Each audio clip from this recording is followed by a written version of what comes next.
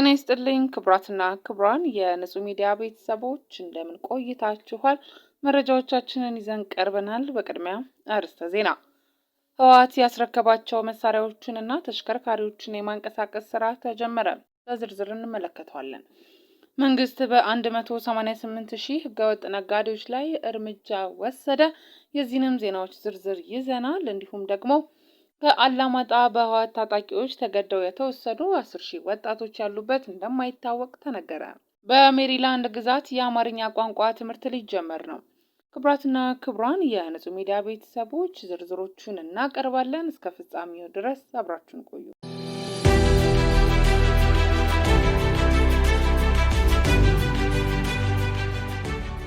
ህወሓት ያስረከባቸው መሳሪያዎችንና ተሽከርካሪዎችን የማንቀሳቀስ ስራ ተጀመረ።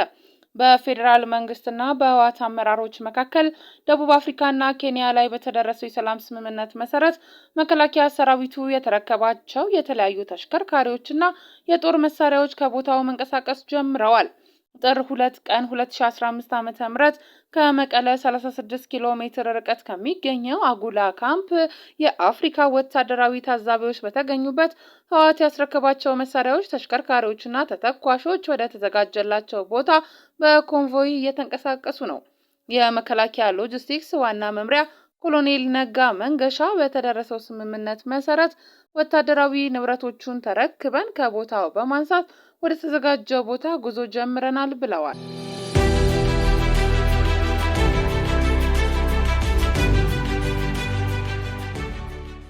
መንግስት በ188 ሺህ ህገወጥ ነጋዴዎች ላይ እርምጃ ወሰደ። ባለፉት 6 ወራት በህገወጥ የንግድ እንቅስቃሴ ተሰማርተዋል ባላቸው 188 ሺህ ነጋዴዎች ላይ ህጋዊ እርምጃ መወሰዱን የንግድና ቀጠናዊ ትስስር ሚኒስቴር አስታወቀ። የዋጋ ንረትና የኑሮ ውድነቱን በሚያባብሱ ህገወጥ ነጋዴዎች ላይ በየደረጃው በተዋቀረ የዋጋ ማረጋጋትና የህገወጥ ንግድ ቁጥጥር ግብረ ኃይል በተከናወነ ስራ በህግ ከተፈቀደላቸው ተግባር ውጪ ተሰማርተው ከተገኙ ነጋዴዎች ውስጥ የተወሰኑት የንግድ ፈቃዳቸው መሰረዙንና የቀሩት ደግሞ ጉዳያቸው በፍርድ ቤት እየታየ እንደሆነ ነው የተናገሩት። የንግድና ቀጠናዊ ትስስር ሚኒስትሩ አቶ ገብረ መስቀል ጫላ ናቸው ይህን የተናገሩት። ሚኒስትሩ የተቋማቸውን የ2015 ዓ.ም የ6 ወራት እቅድ አፈጻጸም ጥር 25 ቀን 2015 ዓ.ም ለህዝብ ተወካዮች ምክር ቤት ሲያቀርቡ በፍርድ ቤት ከተፈረደባቸው ነጋዴዎች መካከል 27 ሚሊዮን ብር መገኘቱን አስረድተዋል። በሌላ በኩል በህገወጥ መንገድ ሸቀጦችን ሲያዘዋውሩ ከነበሩ ግለሰቦች ሸቀጦቹ ተወርሰው 271 ሚሊዮን ብር ለመንግስት ገቢ መደረጉን አክለው ገልጸዋል። በ6 ወራት ውስጥ በመንግስትና በፍራንኮ ቫሉታ አሰራር 47.9 ሚሊዮን ሊትር ዘይት፣ 4.5 ሚሊዮን ኩንታል ስኳር፣ 2.4 ሚሊዮን ኩንታል ሩዝ ከውጭ ገበያዎች ተገዝቶ ወደ አገር ቤት መግባቱ ተገልጿል። በበጀት ዓመቱ የመጀመሪያ 6 ወራት የውጭ ንግድ ገቢ ማሽቆልቆል የታየበት መሆኑን በእቅድ ለማሳካት ተይዞ ከነበረው 2.29 ቢሊዮን ዶላር ውስጥ ማሳካት የተቻለው 1.75 ቢሊዮን ዶላር ብቻ እንደሆነ ይህ አፈጻጸም ካለፈው ዓመት ተመሳሳይ ጊዜ ጋር ሲነጻጸር በ6.9 በመቶ ወይም በ131.9 ሚሊዮን ዶላር ቅናሽ ማሳየቱ ሪፖርት ተደርጓል።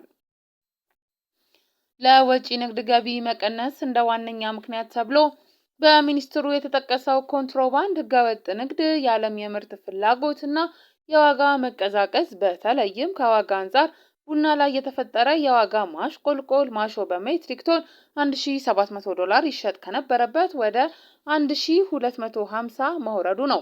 የተገኘው የኤክስፖርት ውጤት ከኮንትሮባንድ አዘዋዋሪዎች ጋር በግብግብና ጉሮሮ ለጉሮሮ ተናንቆ በመሰራቱ መሆኑን የተናገሩት ደግሞ የንግድና ቀጠናዊ ትስስር ሚኒስቴር ዴኤታ አቶ ካሳሁን ጎፌ ናቸው። አቶ ካሳሁን አክለው ሚኒስቴሩ የኮንትሮባንድ ንግድን ለመግታትና ለመቆጣጠር ከጉምሩክ ኮሚሽን እና ከፌዴራል ፖሊስ ጋር በመተባበር ሰፊ ስራ ባይሰራ ኖሮ አሁን የተገኘው ገቢ ላይታሰብና ለግምገማ የሚቀርብ ነገር ላይ ላይገኝ ይችል እንደነበር አስረድተዋል።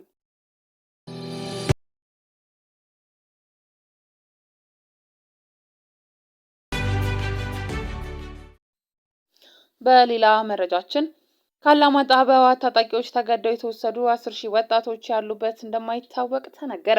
በሰሜን ኢትዮጵያ ጦርነት ወቅት በታጣቂዎች ተገደው የተወሰዱ 10,000 ወጣቶች ያሉበት እንደማይታወቅ የአላማጣ ከተማ አስተዳደር አስታወቀ። የከተማ አስተዳደሩ የፖለቲካ ዘርፍ ኃላፊ አቶ ሞገስ እያሴ ለሪፖርተር እንደገለጹት በጦርነቱ ወቅት በህወሓት ታጣቂዎች ተይዘው ታስረዋል የተባሉ 295 የመንግስት አመራሮችና ወጣቶች በአስቸኳይ እንዲፈቱ የከተማው አስተዳደርና የታሳሪ ቤተሰቦች ጥያቄ ማቅረባቸውንም አክለዋል። እስረኞቹ የሚገኙት በማይጨው ማረሚያ መሆኑን ጠቁመው በአስቸኳይ እንዲፈቱ ለሚመለከታቸው የመከላከያ ሰራዊት አዛዦች በደብዳቤ እንዳሳወቁም ገልጸዋል። በማይጨው ማረሚያ ቤት ይገኛሉ የተባሉ ታሳሪዎቹ ከአላማጣ፣ ከባላ፣ ከጨርጨር፣ ከኮረምና ከኦፍላ የተወሰዱ ናቸው ተብሏል። አመራሮችን ጨምሮ 295 ሰዎች በህወሓት ታጣቂዎች እንደታሰሩ የገለጹት ኃላፊው ከስር የተፈቱና የታሳሪ ቤተሰቦች የሚመለከተው አካል በአስቸኳይ እንዲያስፈታቸው ጠይቀዋል። የህወሓት ታጣቂዎች በጦርነቱ ወቅት ካሰሯቸው ወጣቶችና አመራሮች መካከል 15 ያህሉ የአላማጣ ከተማ የመንግስት አመራሮች መሆናቸውንም አቶ ሞገስ አስታውቀዋል።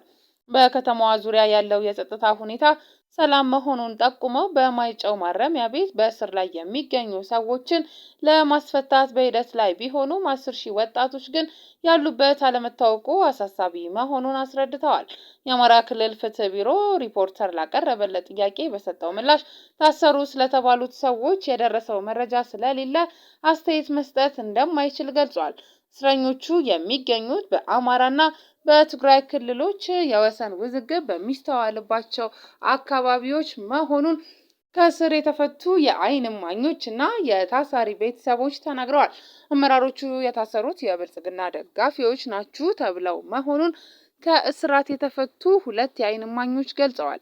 የታሰሩት ከሐምሌ 5 ቀን 2013 ዓ.ም ጀምሮ እንደሆነ የገለጹት የዓይን እማኞች ካላማጣ ወደ ኮረም፣ ከኮረም ወደ ማይጨውና ወደ አዲሻሆ እስር ቤት ሲዘዋወሩ እንደነበር አስረድተዋል። ታሳሪዎቹ በአብዛኛው እድሜያቸው ከ25 እስከ 30 ቢሆንም 3 ሴቶችና 2 የ82 እና 85 የእድሜ ባለጸጋዎች ታስረው እንደነበርም ገልጸዋል። በአዲሻሆ ግራውንድ ማረሚያ ቤት የነበሩ 270 ያህል እስረኞች በቀን 3 ጊዜ የሚገረፉ ለአንድ ወር ቤት ተዘግቶባቸው በጨለማ ውስጥ የኖሩ የውሃና የምግብ አቅርቦት የማያገኙ እንደነበሩ ታስረው የተፈቱት ታራሚዎች አስረድተዋል። በማረሚያ ቤት ከነበሩት መካከል 2 ሰዎች በራብ ሞተዋል ያሉት የዓይን እማኞቹ የ13 ዓመት ወጣትም ተደፍራለች ሲሉ ያዩትን ተናግረዋል። የታሳሪ ቤተሰቦች በበኩላቸው በህወሓት ታጣቂዎች የብልጽግና ደጋፊ ናችሁ ተብለው የታሰሩ ልጆቻቸው ከ1 ዓመት በላይ እንደተፈረደባቸው እስከ 150,000 ብር ድረስ ክፈሉ መባላቸውን በምሬት ተናግረዋል። ያለ ፍርድ የታሰሩና በታጣቂዎች ተገድለው የተወሰዱ ወጣቶች ያሉበትን ሁኔታ ለማወቃቸው እንዳስጨነቃቸው የተናገሩት ቅሬታ አቅራቢዎቹ የሚመለከተው አካል መፍትሄ እንዲሰጣቸው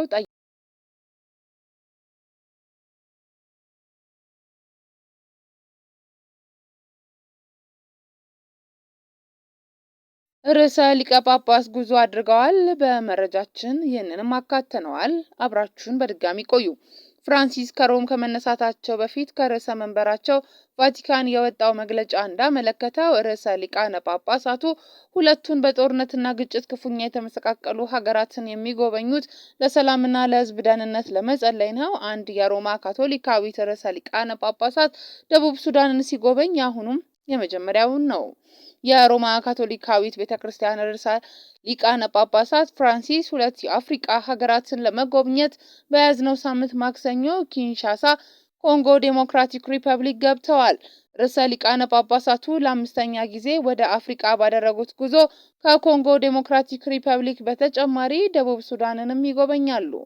ፍራንሲስ ከሮም ከመነሳታቸው በፊት ከርዕሰ መንበራቸው ቫቲካን የወጣው መግለጫ እንዳመለከተው ርዕሰ ሊቃነ ጳጳሳቱ ሁለቱን በጦርነትና ግጭት ክፉኛ የተመሰቃቀሉ ሀገራትን የሚጎበኙት ለሰላምና ለሕዝብ ደህንነት ለመጸለይ ነው። አንድ የሮማ ካቶሊካዊት ርዕሰ ሊቃነ ጳጳሳት ደቡብ ሱዳንን ሲጎበኝ አሁኑ የመጀመሪያው ይሆናል። ለኮንጎ ዴሞክራቲክ ሪፐብሊክ ደግሞ እንደ ጎሪጊያኑ አቆጣጠር 1985 ወዲህ የመጀመሪያው ነው። 100 ሚሊዮን ከሚገመተው ከሰፊው አፍሪካዊት ሀገር ህዝብ 40% የካቶሊክ ክርስትና እምነት ተከታይ ሲሆን የርዕሰ ሊቃነ ጳጳሳቱን ጸሎትና ቡራኬ ለመቀበል ከርዕሰ ከተማይቱ ነዋሪ በተጨማሪ በብዙ ሺህ የሚቆጠር አማኝ ከያለበት ወደ ኪንሻሳ ሲጎርፍ ነው የሰነበተው። ይህ በእንዲህ ደቡብ ሱዳን መዲና ጁባ እንዳለ ነገ አርብ የሮማ ካቶሊካዊት ቤተክርስቲያን ርዕሰ ሊቃነ ጳጳሳት ፍራንሲስን ለመቀበል ከፍተኛ ዝግጅት ላይ እንደሆነች ተነግሯል።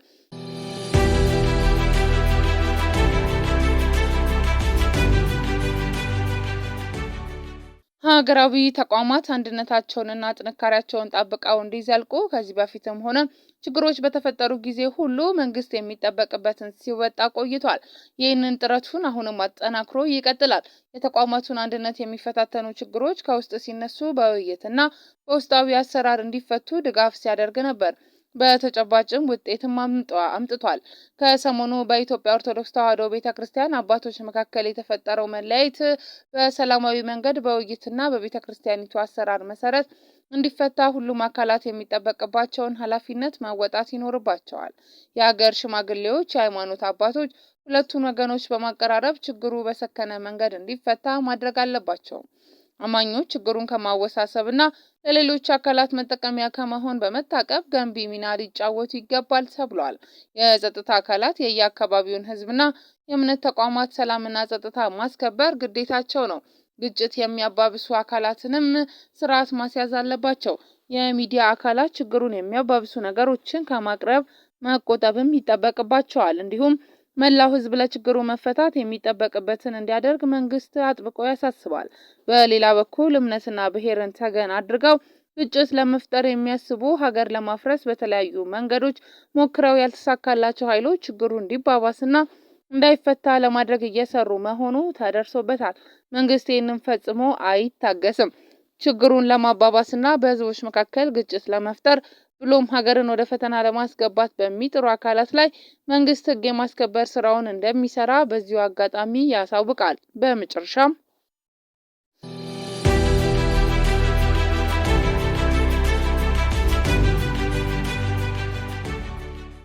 በሜሪላንድ ግዛት የአማርኛ ቋንቋ ትምህርት ሊጀመር ነው። በዩናይትድ ስቴትስ ሜሪላንድ ግዛት በሞንጎሞሪ ካውንቲ የሚገኘው ኖርዝውድ ሁለተኛ ደረጃ ትምህርት ቤት በመጪው የትምህርት ዘመን የአማርኛ ትምህርትን እንደሚሰጥ አስታውቋል። በሞንጎሞሪ ውስጥ ብቻ ከ50 ሺህ በላይ ኢትዮጵያውያን እንደሚገኙ ጥናቶች ይጠቁማሉ። ትምህርት ቤቱ ከእንግሊዝኛና ከስፓኒሽ ቀጥሎ ከፍተኛ ቁጥር ያላቸው አማርኛ ተናጋሪዎች እንደሚማሩ ገልጿል። ትምህርት ቤቱ በመጪው ነሐሴ ለሚጀምረው የአማርኛ ቋንቋ ትምህርትም ቅጥርና መሰረታዊ የትምህርት መረጃዎችን በማሰናዳት ላይ የሚገኝ ሲሆን ትምህርቱ ከቋንቋ ባለፈም ታሪክንና ባህልን ያካተተ እንደሚሆንም የትምህርት ቤቱ መምህራን አስታውቀዋል። ከዚህ ተሞክሮ በመነሳት በቀጣይ የቋንቋ ትምህርቱ ወደ ሌሎች ትምህርት ቤቶች የማስፋፋት ህልም እንዳለም የትምህርት ቤቱ አስተዳደሮች አስታውቀዋል። ምንም እንኳን በዩናይትድ ስቴትስ በከፍተኛ ደረጃ ተቋማት ውስጥ የአማርኛና የግዕዝ ቋንቋ ትምህርቶች ቢሰጡም በሁለተኛ ደረጃ ትምህርት ቤቶች ውስጥ ግን ይሄ የመጀመሪያው ነው። በዩናይትድ ስቴትስ እጅግ ከፍተኛ ቁጥር ያላቸው ኢትዮጵያውያንና ትውልደ ኢትዮጵያውያን ከሚኖሩባቸው አካባቢዎች መካከል ዋነኛው ዋሽንግተን ዲሲና አካባቢው ነው። በተለያዩ ጊዜያቶች የተሰሩ ኢመደበኛ ጥናቶችም ቁጥራቸው ከ200 ሺህ የሚልቁ ኢትዮጵያውያን በእነዚህ አካባቢዎች እንደሚኖሩ ያመላክታሉ። ይህን ተከትሎም ከዓመታት በፊት የግዛቶቹ አስተዳደሮች ተገልጋዮች የአማርኛ ቋንቋ የትርጉምና የጽሑፍ አገልግሎት እንዲያገኙ አድርገው የነበረ ሲሆን ከሳምንታት በፊት ደግሞ በሜሪላንድ ግዛት ውስጥ ካሉ አውራጃዎች መካከል አንዱ የሆነው የሞንጎመሪ ካውንቲ ኖርዝውድ ሁለተኛ ደረጃ ትምህርት ቤት ለቀጣይ ዓመት የአማርኛ ቋንቋ ትምህርት እንደ ተጨማሪ ክፍለ ጊዜ እንደሚሰጥ አስታውቋል። የቋንቋ ትምህርቱ ታዲያ የሁለተኛ ደረጃ ተማሪዎቹን ከቤተሰብ ጋር ከማቀራረቡ በተጨማሪም በተማሪዎቹ የከፍተኛ ደረጃ ትምህርት ማመልከቻዎች ላይ ሰፊ ሚና እንደሚኖረውም የኖርዝውድ ትምህርት ቤት ምክትል አስተዳደርና የዓለም ቋንቋ ክፍል አስተባባሪ ላሪሳ አማዶር ይገልጻሉ። በአሁን ሰዓት ለቀጣይ ዓመት ተጨማሪ የአማርኛ ክፍለ ጊዜ መማር የሚፈልጉ ተማሪዎችን መመዝገብን ጨምሮ ሌሎች ቅድመ ዝግጅቶች እየተፈጸመ መሆኑንም የትምህርት ቤቱ አስተዳደሮች ገልጸዋል። ይሁን እንጂ ከዚህ ቀደም በሁለተኛ ደረጃ የአማርኛ ትምህርትን የመስጠት ተሞክሮ አለመኖሩ የትምህርቱን እቅድ የመንደፍ ጉዟቸውን አስቸጋሪ ካደረጉባቸው ነገሮች መካከል መሆናቸውንም አማዶላ ገልጸዋል። ክቡራትና ክቡራን የንጹህ ሚዲያ ቤተሰቦች ለሰዓቱ ይመጥናሉ ብለን ያዝናቸውን መረጃዎች በዚሁ አጠናቀናል። ቻናሉን ሰብስክራይብ፣ ላይክ፣ ሼር፣ ኮሜንት ማድረግ እንዳይረሳ። ሰናይ ጊዜ